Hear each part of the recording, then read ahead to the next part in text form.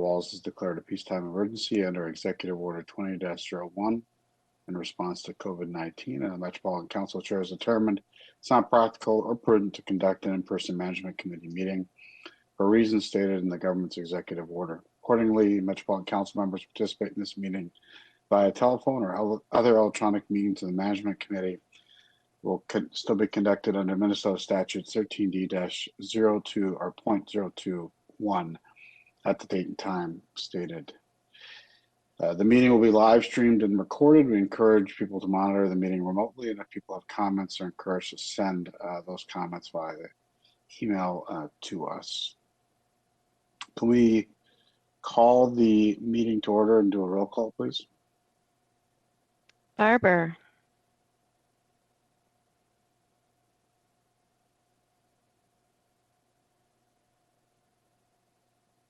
Okay, I thought I saw her. Gonzalez. Here. Johnson. Here. Lee. Lilligren. Here. Muse. Here. Ferguson. Here. Thank you. And I think Councilmember Barber's on too, but we will see. She's having audio issues. Okay. Yes, I'm here now. Okay, Gotcha. thank you. Perfect, thanks. Are there any changes to the agenda? Mr. We Chair, do I have- don't see any. You don't see any. Okay.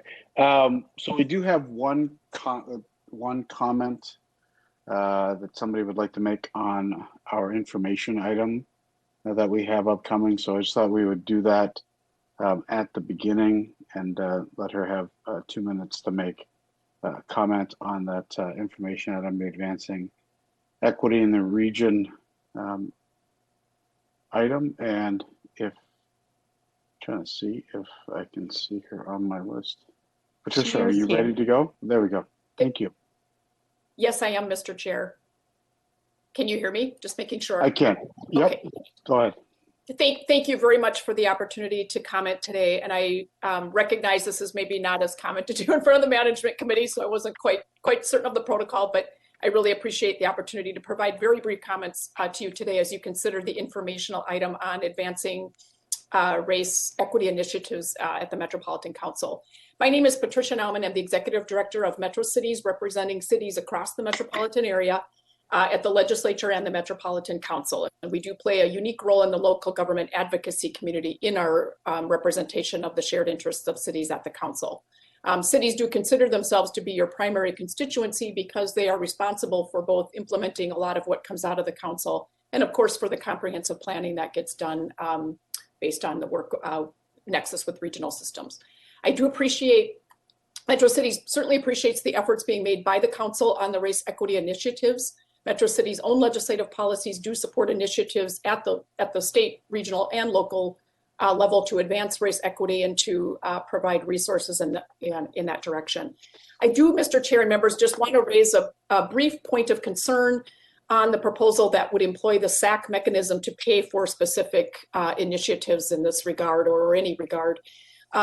Metro Cities policies do support the SAC program and do support principles for that program and its operation that include transparency with respect to the fee. It is a user fee program. We support transparency with respect to the fee structure, administrative reasonableness in the program, equity for all served communities and between current and future users.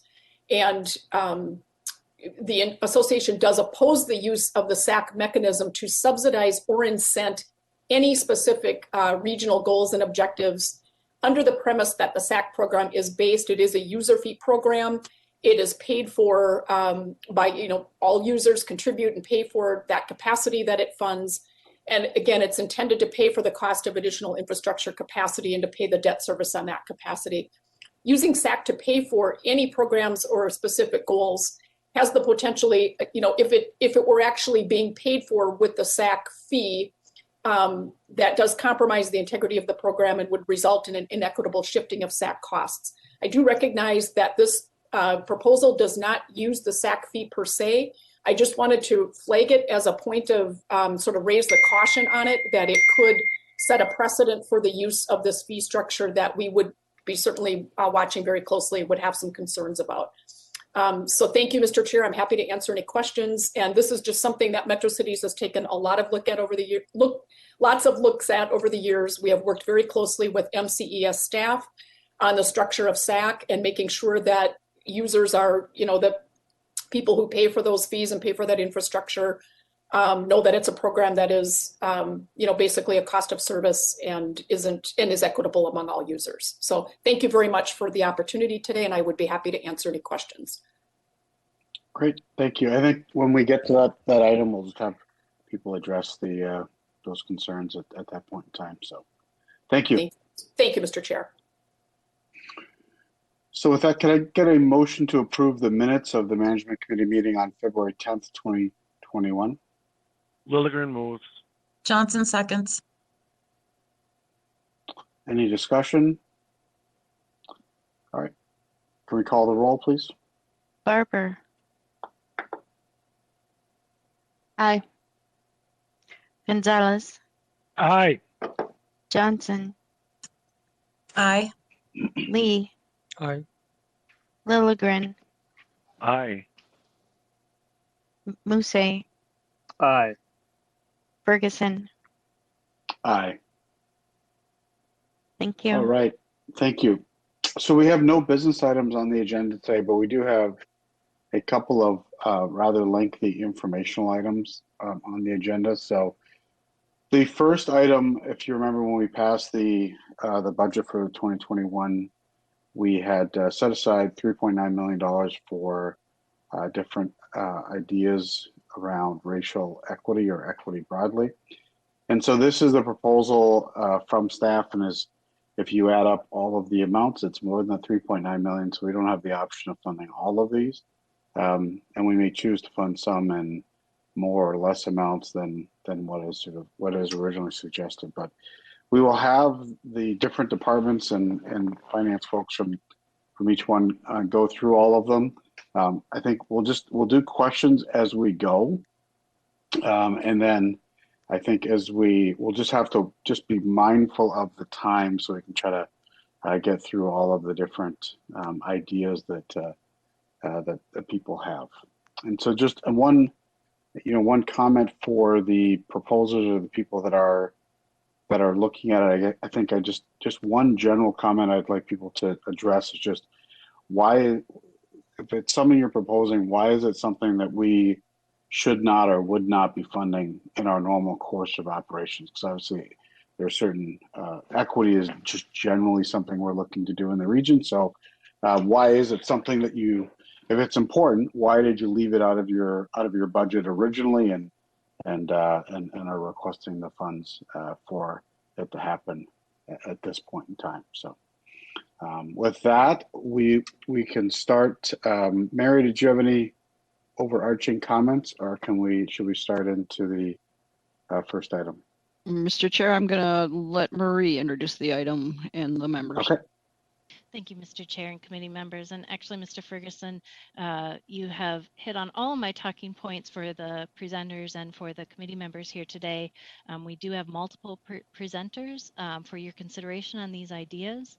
And after each presenter of the idea, we are welcome to all questions. And we've set aside an hour of today's meeting for that. So if we can start the slide presentation and go to the next not the next slide, but the next one, and we will have Amy Venowitz start her presentation.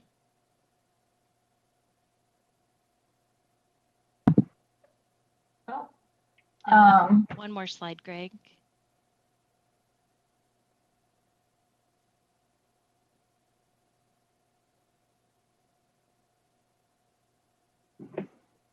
Perfect. Thank you so much. And I'm sorry, Amy, it's Jody that is up first. Okay, I was gonna say, I didn't remember being first, but okay, thank you.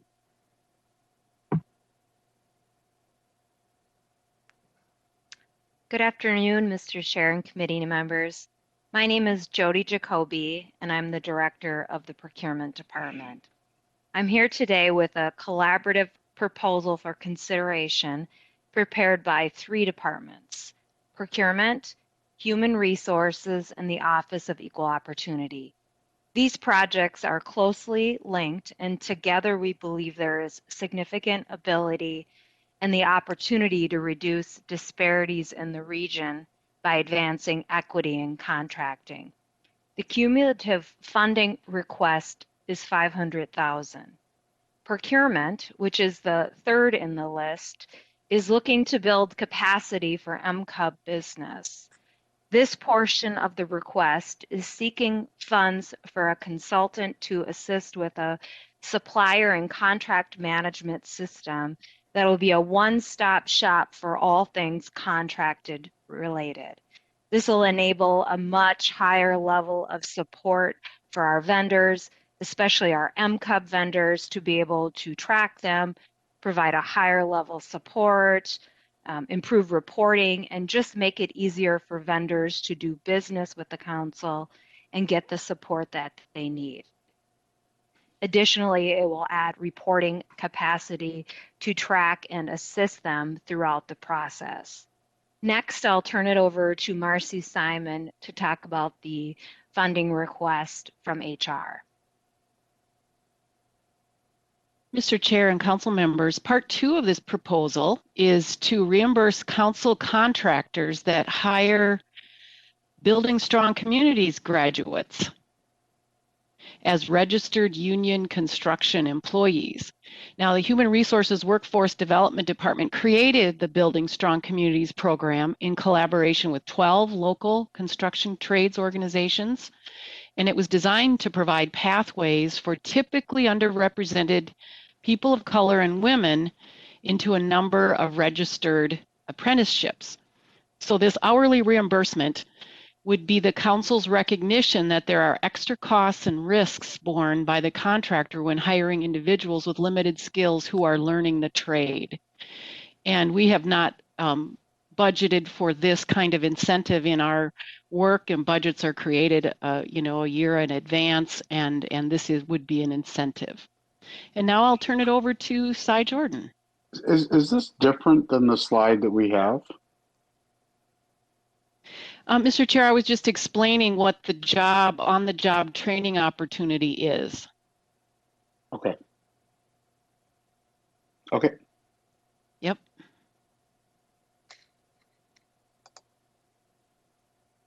Thank you, Chair, Council members. To your question, Chair, we do have an additional proposal around the software system that Jody brought to your attention.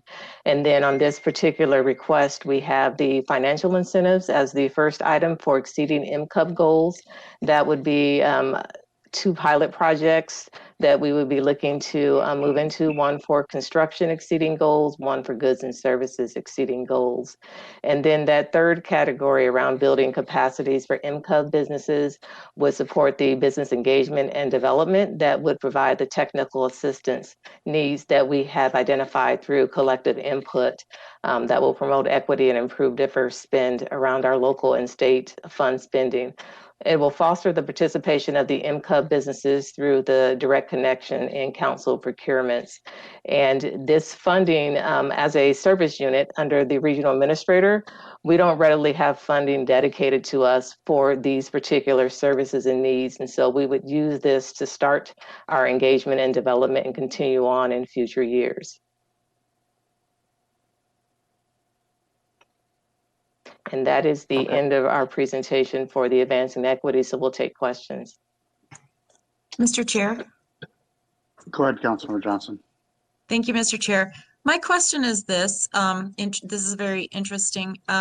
So within this outline of the program, and it's a 2-year program, again, I'm assuming $500,000 for the 2 years, or $500,000 each of the years. I'm sure that was covered and I missed it. But my question is this: how do we ensure that what we're doing here will replicate and scale into a sustainable model that can be moving forward without this type of funding?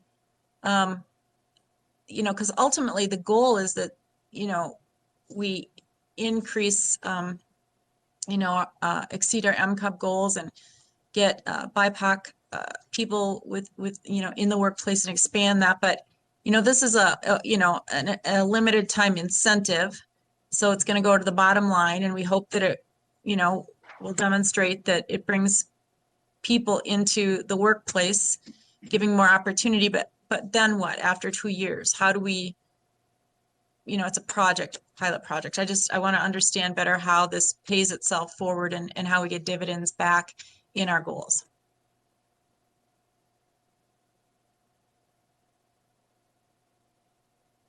Mr. Chair, council members, one of the thoughts that I have about this kind of these programs, is that sometimes it's a demonstration, and I think it's experience that people then have about the viability of the program. And so I think if there's any in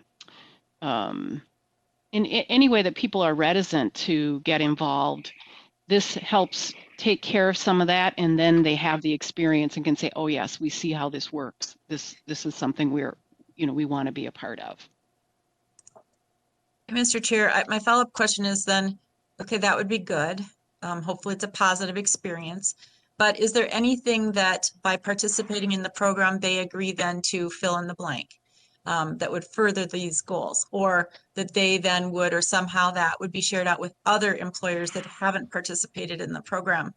I'm not opposed to making investments because it's very worthy goals. We know that, but I'm just trying to understand the time frame, the amount we chose, and again, how do we report back? How do we know it's been a success? How do we scale it up? How do we expand those opportunities, assuming that we're not going to be able to put money like this in, year after year?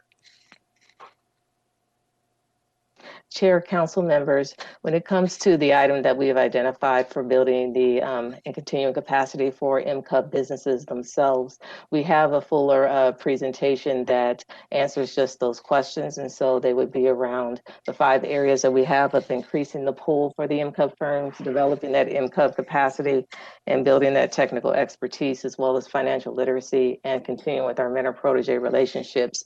We do have measurements and metrics identified for the increased number of MCUP bidders, the number of MCUP contracts awarded, increased spend with those MCUP businesses, particularly around diverse spend and reducing disparities where we currently have them, increasing capacity of those firms again. And so we have additional measures around increasing revenue for those firms, increasing the number of partnerships and mentor-protege programs that are developed in relationships out of this initiative, and increasing with those businesses. As those businesses grow, they certainly employ additional people, and they tend to employ from their communities. And so we want to measure that as well. For each of them, we do have identified specific funding. For the building capacity is at $175,000 to kick off this, and then we would be incorporating in future years funding and making a request based upon our measurements to the regional administrator for additional funds to continue in our programming. For the item number 2, we have identified a certain amount as well of $100,000 to kickstart that effort, or $200,000 actually, as Marcy spoke to, $100,000 in the first year, $200,000 in the second year, around that, demonstrating the success the first time and then making it sustainable as we continue on. And then for the first area around the financial incentives, again, we want to test this program, see how successful it is, and we have identified $75,000 for a major construction incentive and $50,000 for professional or technical services incentive. Mr. Chair, just one final question. So Mr. Chair, the money then, so this could go to the contractor. This is to encourage a contractor to bring on MCUP businesses into the project and hire on people, or would this money be going directly to MCUP businesses? I'm sorry, I'm just making sure I understand. Yeah, the first item, the thought is it would go to contractors that exceed the MCUP goals. So as an incentive, as opposed to sort of a requirement, it's just we can set a goal number that might be significantly higher than what our sort of normal target is, and those that achieve that would be able to get an incentive to achieve that. And so just what we know from some large contracts, the contractors don't make that much money overall in the size of the contract. So small incentives are often very effective at encouraging certain types of behavior that would be beneficial to the community. Councilmember Lee. Thank you, Mr. Chair. I really appreciate Councilmember Johnson's question. I think it gets to the heart of why we do this work, and we should take the long view about how this work can be sustainable after we leave as council members, and even if there's staff turnover, how can some of these important protocols stay in place so that a new council comes in and doesn't have to reinvent the wheels for such important work. And I also am excited about this because I think anything we can do to break down silos and barriers to have a one-stop shop where folks can come and learn and get resourced is important. And in an institution where, like all government institutions were, so we can be very bureaucratic and confusing. That's my comment. Thank you. Okay. I think in the interest of time, we will move on to our next item so we can get through all of these. And if people, council members have additional questions, they can email me and we will work and get answers from staff on those so we can make decisions at the end. So the second item that we have is the Local Housing Initiatives Account Program. Good afternoon, Mr. Chair. My name is Tara Beard. I'm the Livable Communities Manager, and I'll be presenting this slide to you all. In answer to your earlier question, Mr. Chair, we have not left the Local Housing Incentives Account Program, or LHIA as we refer to it, out of our budget. We've simply maximized the revenues available for it for 2021. And despite that fact, we continue to have an incredible lack in the availability of affordable housing and an incredible need for additional funding for the creation of affordable housing. And so that's what fuels this request. So LHIA funding is used, as I mentioned, to create and preserve affordable housing throughout the 7-county metro in communities that are participants in the Livable Communities Act. We have been contributing a minimum of $1.5 million toward Minnesota Housing's consolidated RFP that includes a group of funding partners that support affordable housing on an annual basis since the Livable Communities Act was created in 1995 and begun in 1996. In recent years, it hasn't been uncommon for the council to add additional funding to that base amount of $1.5 million that's defined in statute. And in fact, last year, the council approved the highest award amount ever for 2020 for LHIA at $4.5 million. Nevertheless, there is nowhere near enough funding for the need that is out there. Last year alone, less than half of the applications for affordable housing projects through the consolidated RFP were funded, and we only represent 7% of the total funding available. And that was last year, which was a significantly higher LHIA contribution to the total funding pool than there is in most years. For 2021, the council later today will be acting on a recommendation to make $4 million available for the Local Housing Incentives Account Program in total. But as I mentioned before, we could double, triple, quadruple, quintuple this amount and get that money out the door next year in affordable housing projects that are ready to go. And there just simply isn't enough funding for the need or the demand for construction dollars.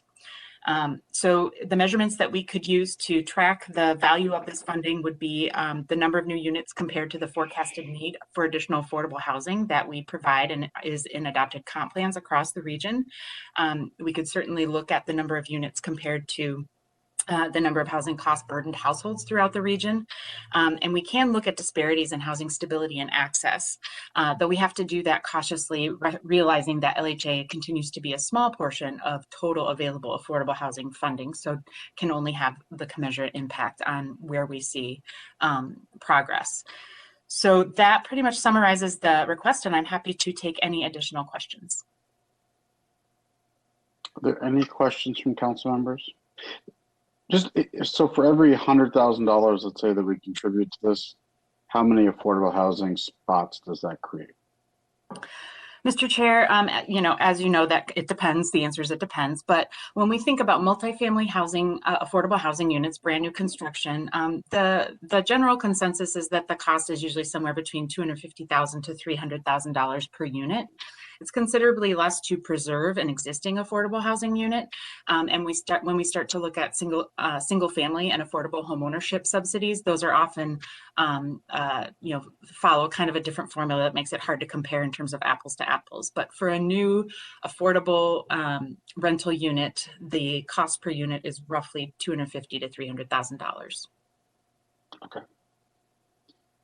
Any questions on this one? All right, thank you. Councilmember Bard, do you have a question? Thank you, Mr. Chair. Just a quick comment. I understand the value of this program and definitely understand the need for affordable housing, but I think my feeling with the large group of projects that we're having proposed to us, I'd have a hard time dedicating all of the money towards this program. Okay. Next item is manufactured home connection assistance to metropolitan disposal system. Thank you, Mr. Chair. If we could advance the slide, please. While we wait for that, my name is Ned Smith. I am the Director of Pretreatment and Finance for Environmental Services, and I'm also joined by Freya Thaman, who is our partner from CD, who's helped us with manufactured homes in the past. Could I ask, is it just me that's not seeing the next one, or are there others? Councilmember Ferguson? It's not on the main screen. I'm seeing it on my own screen, but there it goes. There we go. So the goal of this program is to preserve at-risk affordable housing by keeping residents connected to their opportunities in the community. A lot of times their opportunities are close to their homes, and this would allow them to stay in that community. And also there's an environmental and water quality benefit in theirs too. Manufactured home parks typically have their own wastewater treatment system that is separate from the rest of the metropolitan disposal system. And what this program does is helps those manufactured park owners transition and build, perhaps even build the infrastructure so that they can connect to the metropolitan disposal system and decommission their water treatment facilities. We would partner with community development as we did in the past. You may remember seeing a similar program at in Corcoran for the manufactured home park there. As part of the agreement, we work with the manufactured home park owner to make sure that it stays a manufactured home park for a certain amount of time, and that the manufactured home park owner can't increase the rents based on the SAC fees. And so the proposal here is to use this equity grant to pay up to 50-50 or larger portion of the SAC conversion fee. So when a manufactured home park disconnects from its treatment plant and connects to us, we need to charge each one of the manufactured homes in the park a SAC fee, because that's a connection to the system and is requiring capacity. The way we would measure this is we would look at converted or connected manufactured homes that got on the program. We would look at preserving how many affordable housing units were preserved. And then we'd also do some qualitative look at the environmental water quality benefits by removing from those underperforming privately operated treatment facilities.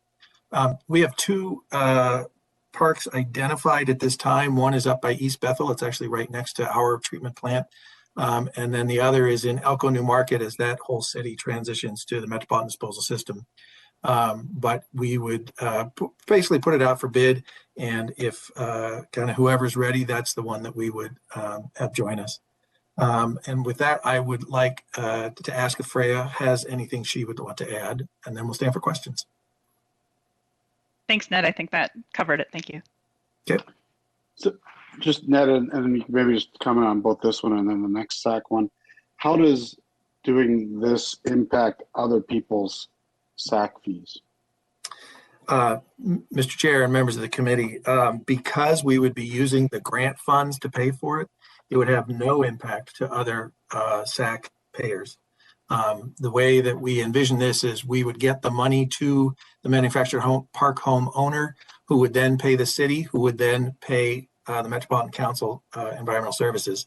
So our SAC coffers would be completely unaffected by this. Okay. Mr. Chair. Councilman Johnson. One quick follow-up on that. So just again, to be clear, the source of the grant funds to operate this program is from what? It's our general purpose levy. Okay.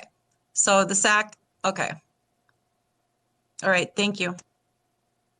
Mr. Chair, I have a question too. Councilmember Barber.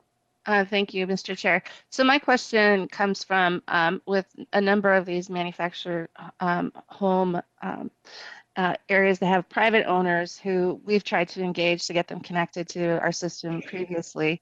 And so how are we going to engage? Because there will be some investment on their part. And being private owners, they're not always wanting to connect to the metropolitan regional system.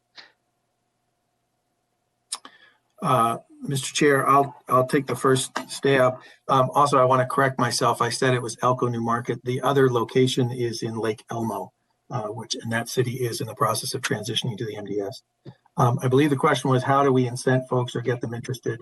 One thought is a lot of time there may be cases where their permit to maintain and operate their own private water treatment facility is either expiring, or there are upgrades that are being asked, and they would find that it's more economical to join us. And I'm not sure if I caught the nuance of the question, but what we find is these are owned by a single owner, and then they rent their pads out to the individual residents. So the residents really wouldn't be paying. We would just need to work with that manufactured park home owner. Yeah, no, it was the park owner that I just know that when we've had some conversations down in my district, there's been some hesitancy on behalf of the park owners. Freya, can you speak to any initial interest that we have seen from the Lake Elmo Park or the Lake Elmo, the East Bethel Park or the Lake Elmo Park?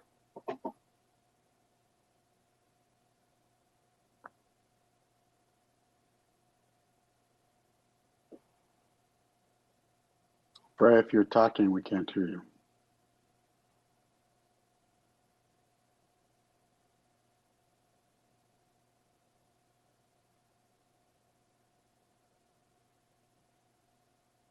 Okay. Any other questions for Ned on this one? Mr. Chair, briefly. Councilman Johnson. So say we move forward, we get an owner that's willing to do this, we subsidize the connection, that's good. What then in the future do we have that would help to preserve affordable housing should that owner want to sell to a different owner? I'm assuming that once it's connected, there's value that would be added to the property for being connected to the wastewater system. So is there something within the program that it certainly doesn't immediately impact the renters because we're trying to help cover that improvement, but what about in the future if that owner wants to sell? Is there anything to help preserve the affordability to protect those renters going forward?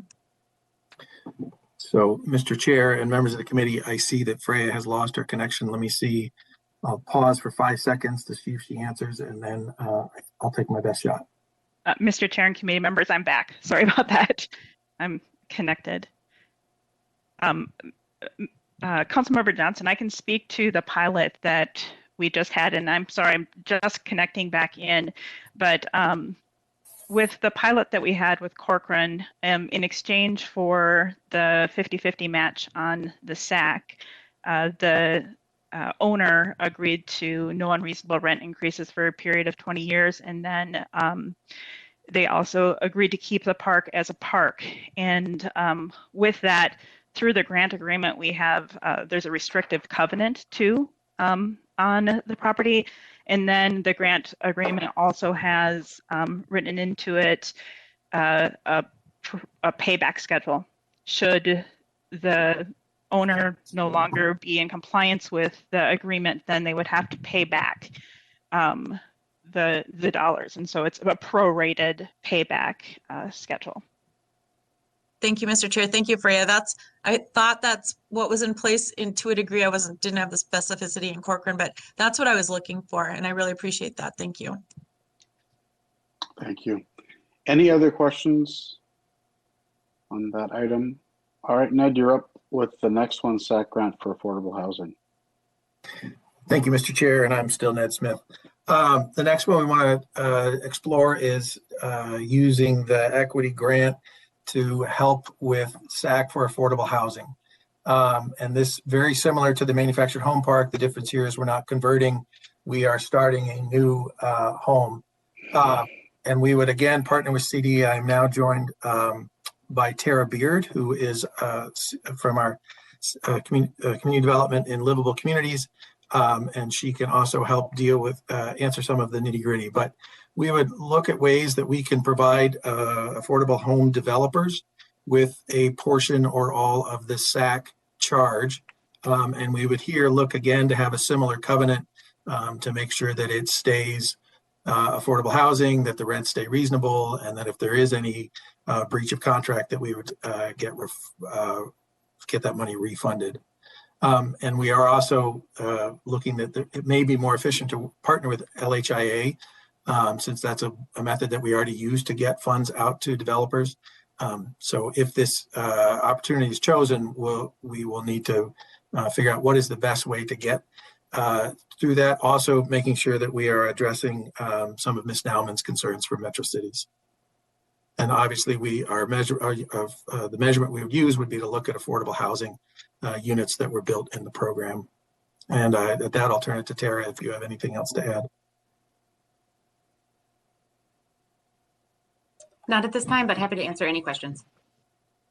So when I was looking through just some initial thoughts that I had, just wanting to make sure that if we end up agreeing to do a grant program for this, that we're looking at more sort of buildings that have a higher percentage of affordability. So, if somebody has 2 affordable units out of 100, that those aren't the ones that we're looking at. So, and I'm not saying what that number would be, but, if it's half affordable. The other part that I hear from communities is the real challenge is the 30% AMI affordability spots, right? So, there's some projects that are going on in the Midway right now where they're deemed affordable, but that's because there's a 400 square foot space that's for $1,000 a month, and there's a limited number of those. So from a family perspective, that's not really an affordable spot that's usable and workable. So if we were going to make an investment of grant dollars into something like this, I just want to make sure we're going and trying to tackle some of those really lower end affordability, or the areas that the market has the most difficulty in meeting the need, and structure it that way. So with that, any comments from other council members? It's just sort of a thought on more detail than what you have. Obviously what you said doesn't prevent that, but just sort of a comment on that. Other council members? Mr. Chair, this is Councilmember Barber. Go ahead, Councilmember Barber.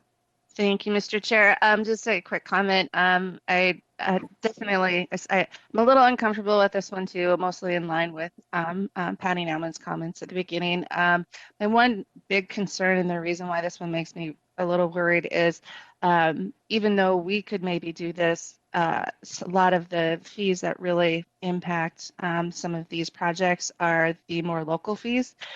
So cities, so it's their sewer and water connection fees, parks fees, some of those things. So I think I'd want a better understanding of what kind of impact we could actually make with this, because sometimes we may be the ones that people are talking about as having the high fees, but we're not necessarily always the ones who are driving the fees that are being paid. Yeah, that's a good note. Councilmember Johnson, did you have a comment? Yeah, Mr. Chair, I appreciate Councilmember Barber's comments, and I really appreciate yours as well, especially for 30% AMI. You guys know I am all about affordable housing and how do we get there, and I really appreciate Tara's work on this. I will just say too, though, that, we are still, I think, in the Housing Policy Work Group, we have this discussion, how do we ensure we get dollars like this, throughout the region? And for some regions, even trying to do, 60% AMI is really a struggle. So what I start to worry about is, yes, we should make sure we're investing where we get, again, the best impact and outcomes. But I also don't want to preclude communities who just don't have a shot because they don't have enough 30% AMI. And I'm starting to just get a little nervous that, you know, it's already hard to push projects through, and, you know, how do we, it'll be handled, you know, as we score, and Tara's got a handle on that. But again, I don't want it to be where, you know, only certain locations are able, you know, throughout the region to hit that 30% AMI. Hopefully, you know, other projects that are very worthy, that are trying to meet the needs of, you know, low-income working families, have a shot at this too. Any other thoughts? All right, Ned, we have a third one from you, Environmental Services Youth Job Skills Program. Yes, thank you, Mr. Chair. And for this one, I'll be relying heavily on my partner from HR Workforce Development, Aaron Koski. He will be outlining the details. Aaron?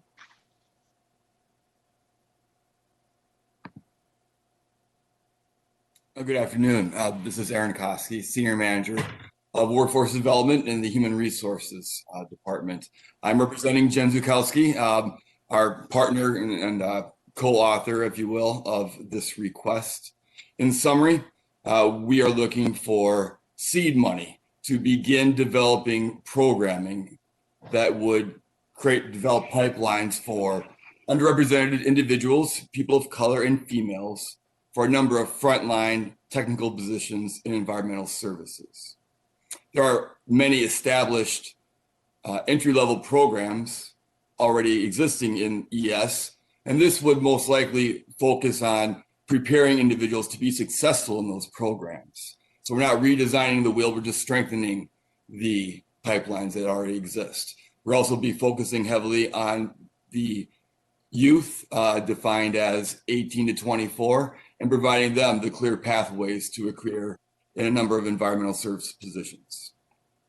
The grant request would allow for 2 cohorts over the span of 2 years to receive preparedness training and be on a pathway to hopefully gain employment in the Met Council Environmental Service in a related field.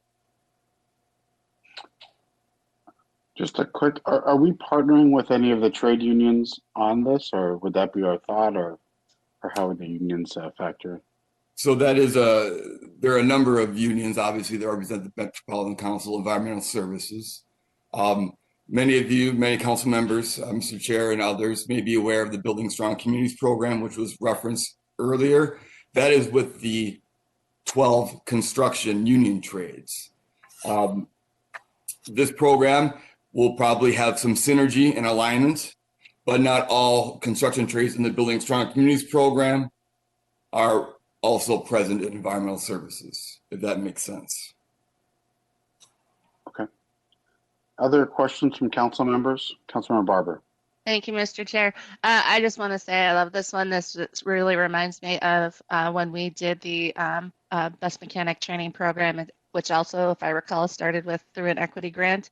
And it was something that was built up over the years. And as you all have seen, it's been very successful and continues to be successful. So I think this is the perfect, this is a really good example of what we like to see. Any other comments on this one? All right, thank you. Our next one that we have is equity evaluation. Unless I skipped one. Equity evaluation of regional transportation investment. Mr. Chair and members, thank you. Amy Venowitz with MTS Long Range Transportation Planning. So this proposal calls for an in-depth evaluation of our existing transportation funding, planning, and programming processes, structural inequities, and kind of take the processes apart and at each step of the way ask ourselves questions about equity and identify inequities, and then to recommend actions or strategies that we can take to reduce the inequities or to institute new types of processes and programs with the overall goal of having more equitable transportation decision-making and transportation outcomes and investments. So this proposal is maybe a little bit different from some of the other proposals you're looking at in that it's an overall evaluation of existing processes. So given that we don't really know what the outcomes might be or what the recommendations might be, we do instinctively feel like there are processes and decision-making that can be improved and made to be more equitable. But not knowing the outcome also gives us the opportunity to maybe have more what I would call transformational change rather than instituting kind of what we term transactional type programs. So this project is called for in the Transportation Policy Plan. It's something we've been thinking about and would like to do. Under our current transportation planning availability of funding, we probably would not be engaging in this work until 2022 or 2023. So this funding gives us an opportunity to implement the project sooner and hopefully on a shorter timeline and potentially with a bigger scope. We are anticipating $400,000 at this point over an 18-month period. And the goal would be to have recommendations or changes in our hands so that we could impact the 2023 transportation budget session in case there are legislative changes that would result from this project. So that is the overall project. We would also work with the project advisory committee made up of policymakers and hopefully majority representatives of Black, Indigenous, people of color representing communities in our region, and then also council members and other policymakers from cities and counties. I think with that, I can take any questions about the proposal. Councilmember Barber. Thank you, Mr. Chair. Thank you for indulging me today. This one, I think, is something to me is really important. Right now, TAB is also going down and trying to look at how they address equity in their regional solicitation, so the federal dollars that come through. And we know that some of these big transportation projects have truly been some things that have led to some of the disparities in the Twin Cities region. So I think if we look at this right and we can build this in and we talk about how we want to leave a long-standing mark, the information that we would garner from a study like this would feed the next version of the transportation policy plan. So some of the good work that we're doing now would inform the long-term planning and vision kind of out over the next decade. So, you know, it seems like, you know, to me, it's good timing because it's going to inform that broader conversations we're having around the next version of Thrive and the upcoming transportation policy plan. And it also does mesh really well right now with the work that's being done with TAB. And I guess my only question on this one was, why wouldn't we just put it in the budget if it's something that we're required to do and we have planned to do anyways and have budgeted to do, it sounds like, in 2022? Why would we be? Thank you, Mr. Chair and members. So I do want to clarify, we are not required to do this work, but it is something that we identified as a piece of transportation planning work that should occur. Just a quick description of the transportation planning program operates on federal funding, and we propose a work program and give it to MnDOT for review and approval about 6 to 8 months ahead of the next year. So at this point, we would be in April and May beginning our 2022 program planning. And this is definitely something that we could include in that, but that would not allow us to begin it until calendar year 2022. And the other piece that would be very difficult is $400,000 for a consultant project in any 1 year is quite a bit for our budget. Typically, our planning studies are on the order of $50,000 to $100,000 range. So if we were going to fit a project of this size into 2022 calendar year, we would have to reduce other planning work that is on other subjects, but also is necessary work. Are there any other comments? Mr. Chair. Councilmember Johnson. Thank you, Mr. Chair. So on this, very supportive. From having participated in a lot of the community input around Network Next and some of the transportation planning that we're working on now,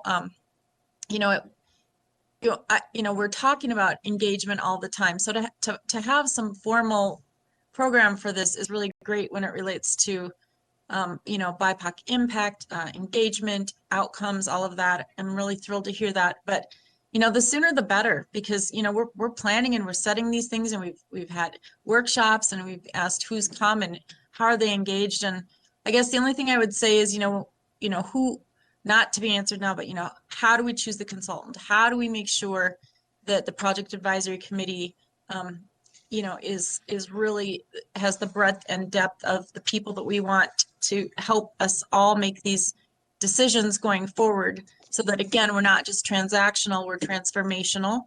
And I guess I'll leave it at that for now. I'm almost wishing we could have gotten a head start on this sooner, but it's good. And the only last thing I would say again is, how do we make this sustainable so that it's not a project that we're doing to do this. It becomes part of who we are in anything that we're doing. So I understand, getting going and maybe needing some consultancy to get our heads around this. But for me, I really, I'm hoping that it becomes part of who the Met Council is in their work day to day. And so that's all I'll say about this.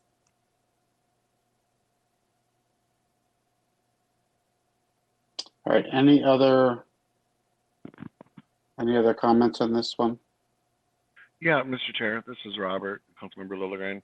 Yeah, thanks. And, I really agree with what Councilmember Barber said, what Councilmember Johnson said, but really kind of underscoring that this is work that I feel like we should be doing as a normal, within our work.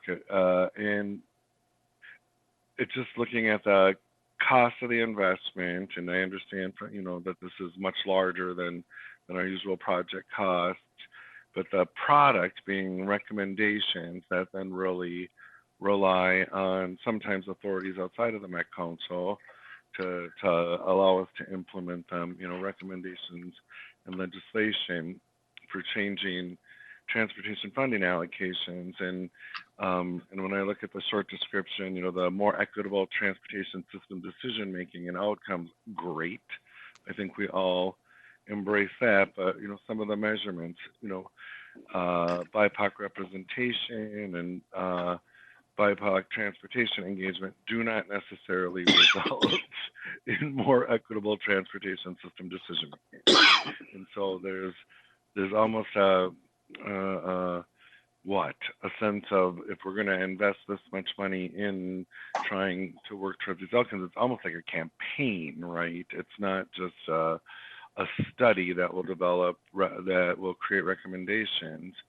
It means that the region needs to embrace the outcomes of more equitable transportation decision making. And so I don't know. I mean, I love this idea. I think it is how we should work. I just want us to be very realistic about what the actual day-to-day impacts of a study like this might be on our transportation system decision making. And I'm just involved in a lot of really parallel work to this, and around homelessness, around housing, around economic investment, where a lot of money like this is being invested in processes like these.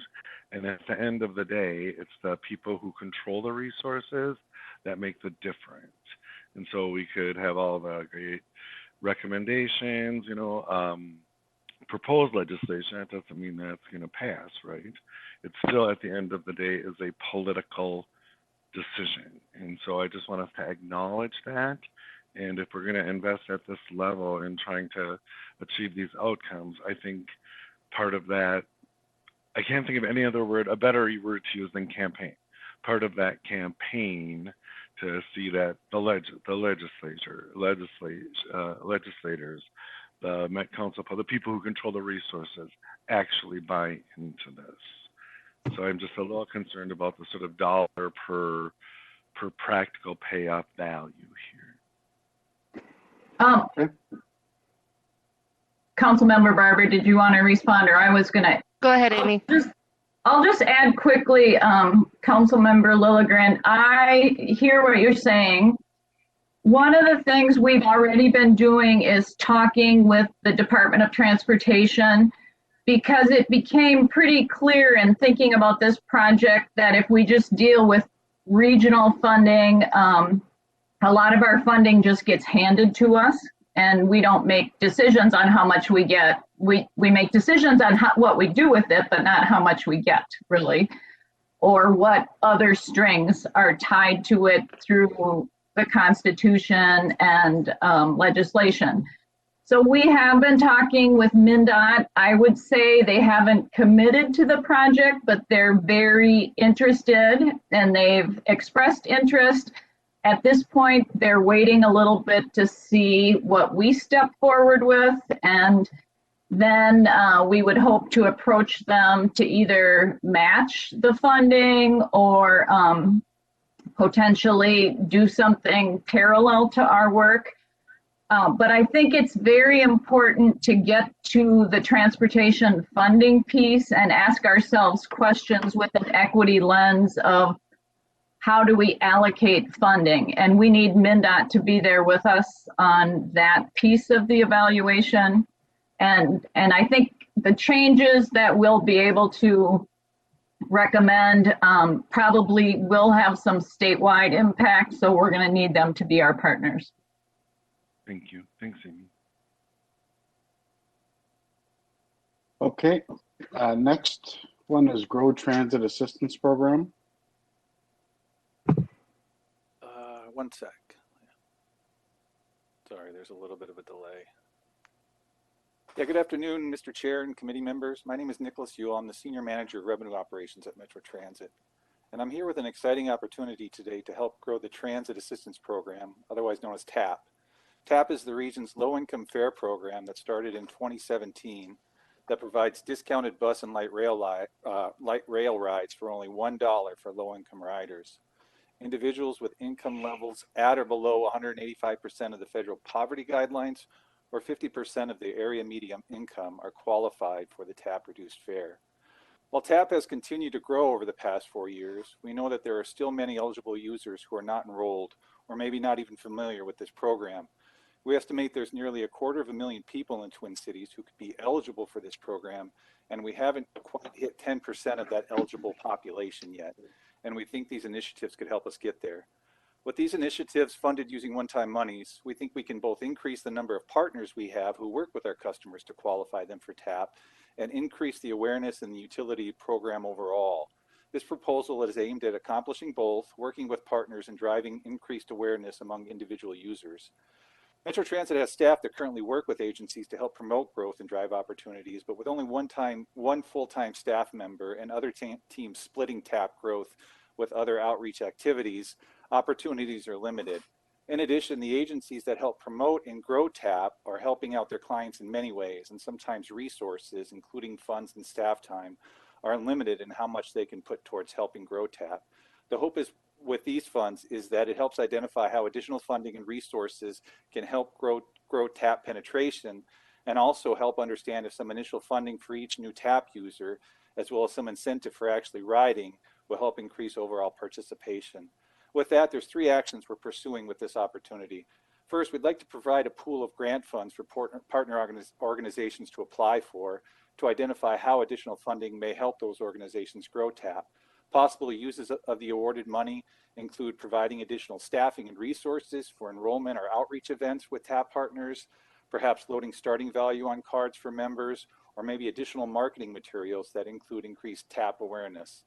Second, we'd like to preload value onto go-to cards, new TAP cards, I should say, for new and re-enrolling members. The number one request we get from new TAP members is that we put some starting money on the card.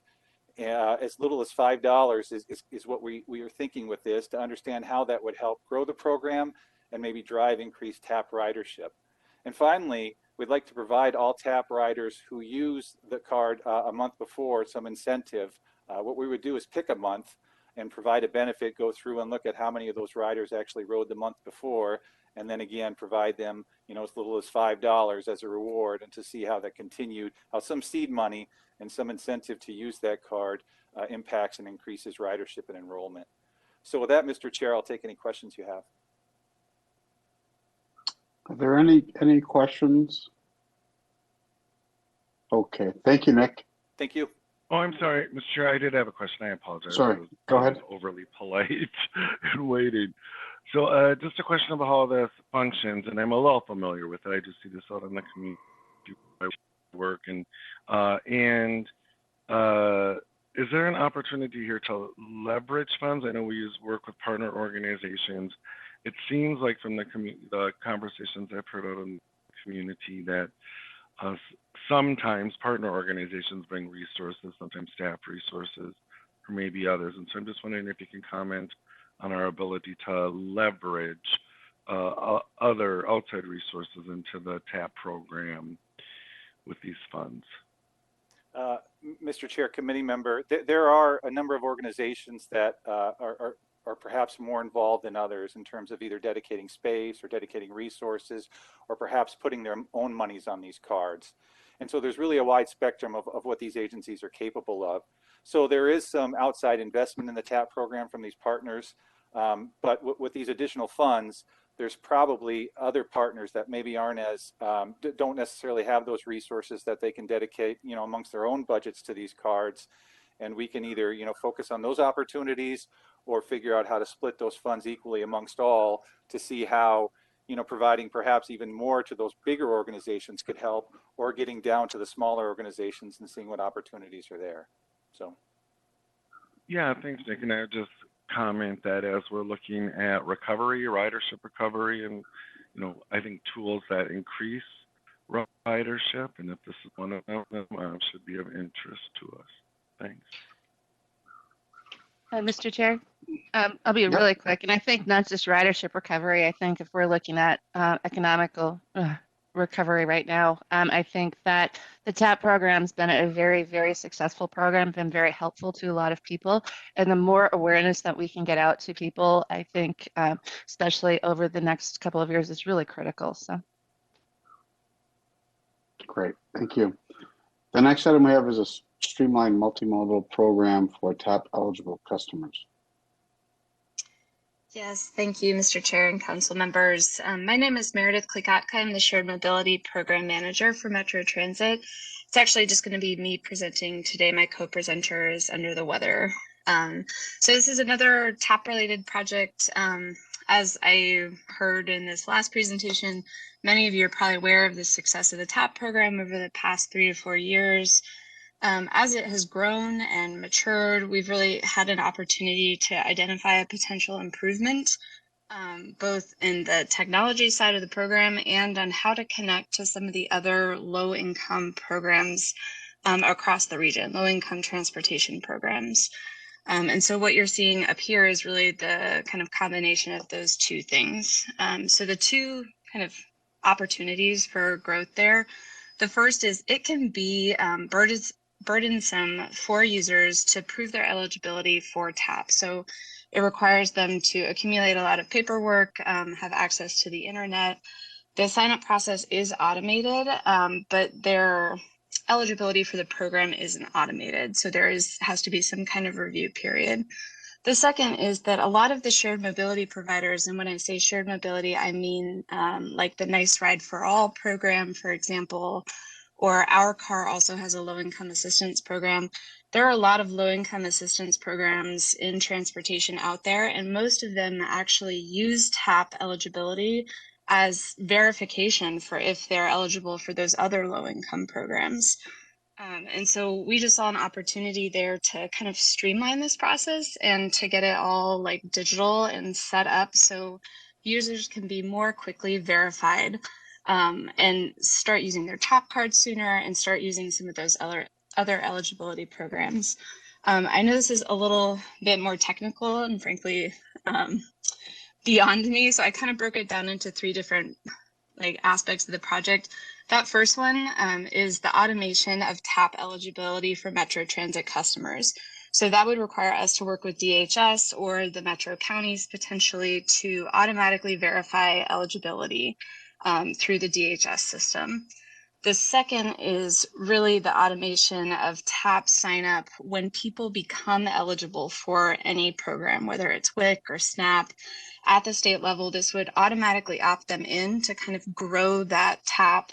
I think I just heard Nick say 250,000 potential users. And then the third is on the Metro Transit side, really doing some development work that will allow us to automatically verify an active TAP user as they sign up for those shared mobility provider low income programs. And with that, I will leave it open to questions. Any questions?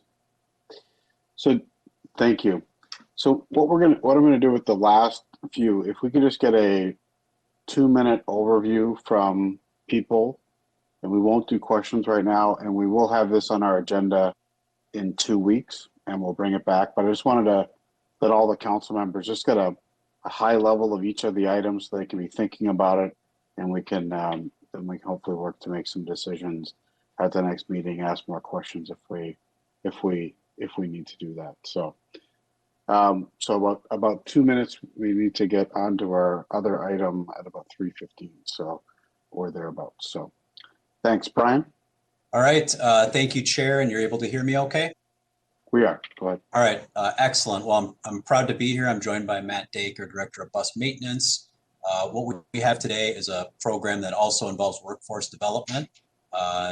Aaron and Councilmember Barber both referenced and talked about our mechanic technician training program.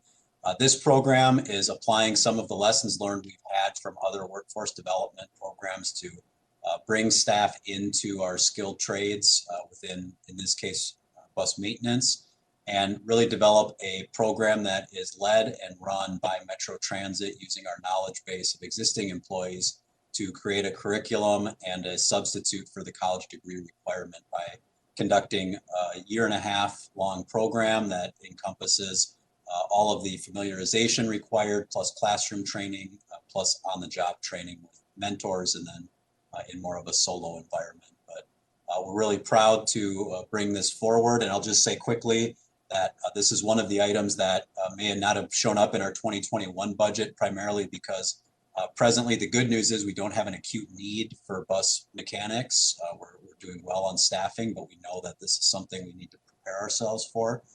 And secondly, as you can imagine, as everyone appreciates, the team has had its hands really full with getting through COVID and maintaining service and everything else. And so this type of program will lend itself to development this year and then hopefully implementation in 2022. Great, thank you. Public Art Equity Project. Good afternoon, Mr. Chair. My name is Anna Flintoft. I'm the manager of Facility Planning and Urban Design, and I'm joined by Mark Granlund, who is our Public Art Administrator. And Mark will talk about this project. I would just say briefly that Metro Transit's public art program has been really focused in recent years on keeping the collection in a state of good repair and setting up projects and processes that are create a sustainable program and that are more focused on temporary artworks. We don't have a budget for major permanent artworks, and we haven't added any major artwork since the Green Line opened. But there are a couple locations where we think there are really important opportunities.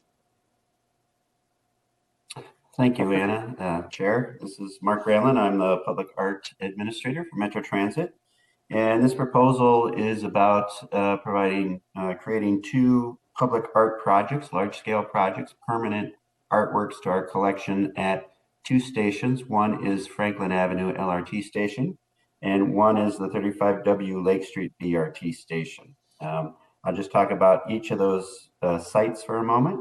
At Franklin in 2019, late 2019, engaged communities there around the station about one of the original artwork pieces when the Blue Line was built. It was a neon marquee at Franklin Avenue.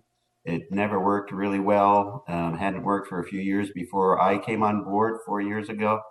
And so we've talked to the community and about having it removed and deaccessioned from our collection because it was too expensive to repair and too finicky to have as public art. But in all of those meetings, the community expressed the desire to have public art replace the public art that was removed. And currently Franklin Avenue is the only station of all of our LRT stations that do not have the original artwork or artwork that was originally put there when it was built. So, and there's a lot of nice spaces at the platform and the vertical circulators where public art could happen. Lake Street, of course, is a brand new station that isn't even open yet, but being built. If you've been down there or you know anything about it, there's 20 pillars underneath there holding up the bridges. That's 6,600 square feet of surface that will be basically just painted one color at this point. We'd like to really see these pillars as a place where the local community could really be reflected back to the community by engaging the community. Both of these projects would have a lot of community engagement involved, working with the community neighborhoods around there. At the Lake Street station in particular, there's 4 different neighborhoods that all their corners meet right at that station. So there's a lot of opportunity to do engagement and to work through some issues of engagement in a time of COVID by using artists from those neighborhoods to help develop and create the engagement that then results in the creation of these public art pieces. And I'll just refer, as Anna was saying, there's never been budget line item for new artworks in our budget. All the artworks have come from FTA funding from larger projects, such as creating an entire rail line. And a few years ago, FTA rules changed where FTA funding could not be used for public art anymore. So we've had to try to figure out how to deal with that. And as Anna says, there was a budget created that has been focused on deferred maintenance from all these years of neglect. And that's what that's been going for. So since we're a crunch on time, I'll leave it there, I guess, unless Anna, there's anything else you'd like to add I missed. Okay. Great, thank you. The next item we had is the update on the 2016 Child Care and Transit Study. Thank you, Mr. Chair and council members. I'm Lucy Galbraith. I'm the Director of Transit-Oriented Development. And back in 25 years ago, we did a study of childcare along the then high-frequency transit network and discovered that there was enough, there were a lot of childcare places accessible. And because we had Wilder do the study, they were able to talk to both the facility managers and the parents involved, and we ended up with a list of recommendations of ways we could encourage and make more welcoming the transit for parents and children. And that, in the 5 years since, a number of things have happened, not to mention COVID. And especially this year, in the last year, more than 3 million women have dropped out of the labor force in this country, and childcare turns out to be a major reason. So we have, one of the things we, Metro Transit, have learned over this last year is who are the essential workers and where are the essential destinations. But we have this gap of not knowing about childcare. And TOD has no budget for outside studies, but we are intersectional and we care about a lot of things. So we worked with Wilder 5 years ago, and we would like this small grant now to do a similar update study here that would be enlarged a little bit, and that we would both get the kind of macro level of where are the parents of small children, working parents of small children living along transit. And of course, our high frequency network has changed. And then also have interviews again, to kind of try to map it and also to assess how much progress we made on some things from the last study. Just to let you know, one of the recommendations from the last study was to change our stroller policy, and we have done that. So there are things we could do to at least identify challenges and problems on this, and to add childcare. As one of my favorite senators has said, childcare is essential infrastructure for working people, and the first step is to know something about it. So that's what this study is about and why we would want to do it, since we did it before. And I can take any questions. Did I talk fast enough?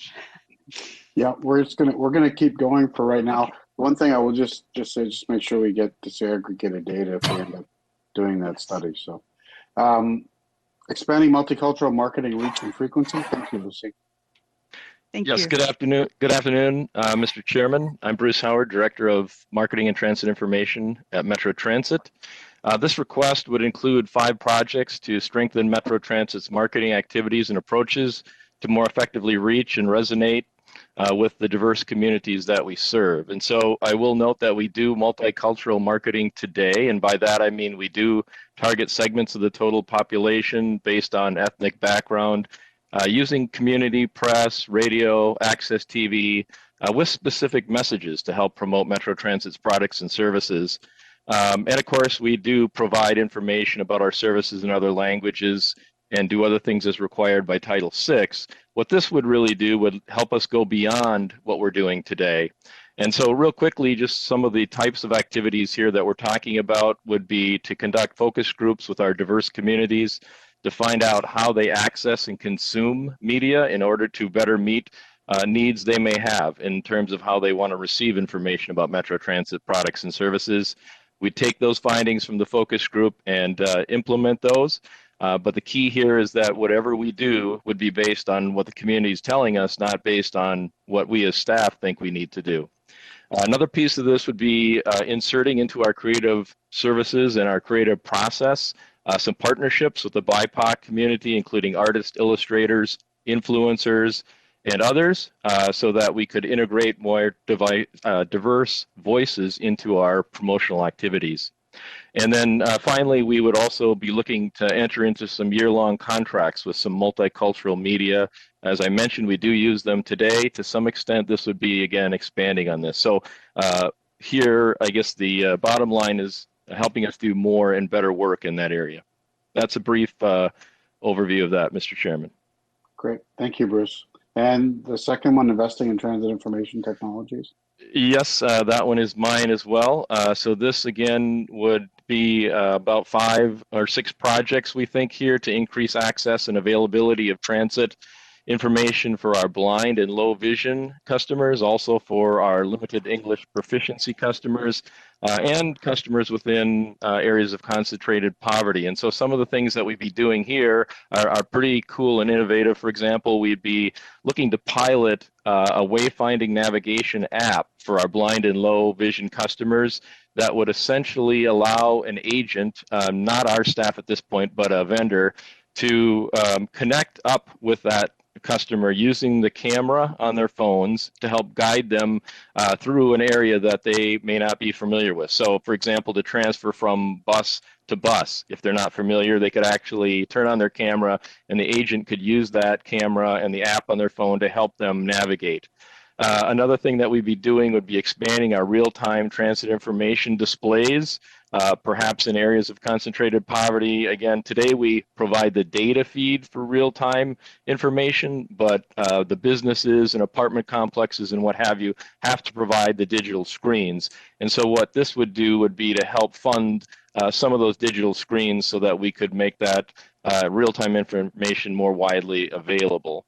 And then we'd also look at expanding some language options on our Next Trip and Go-To Card IVR, so interactive voice response on our phone system. Currently we have English and Spanish. This would allow us to expand to some additional languages.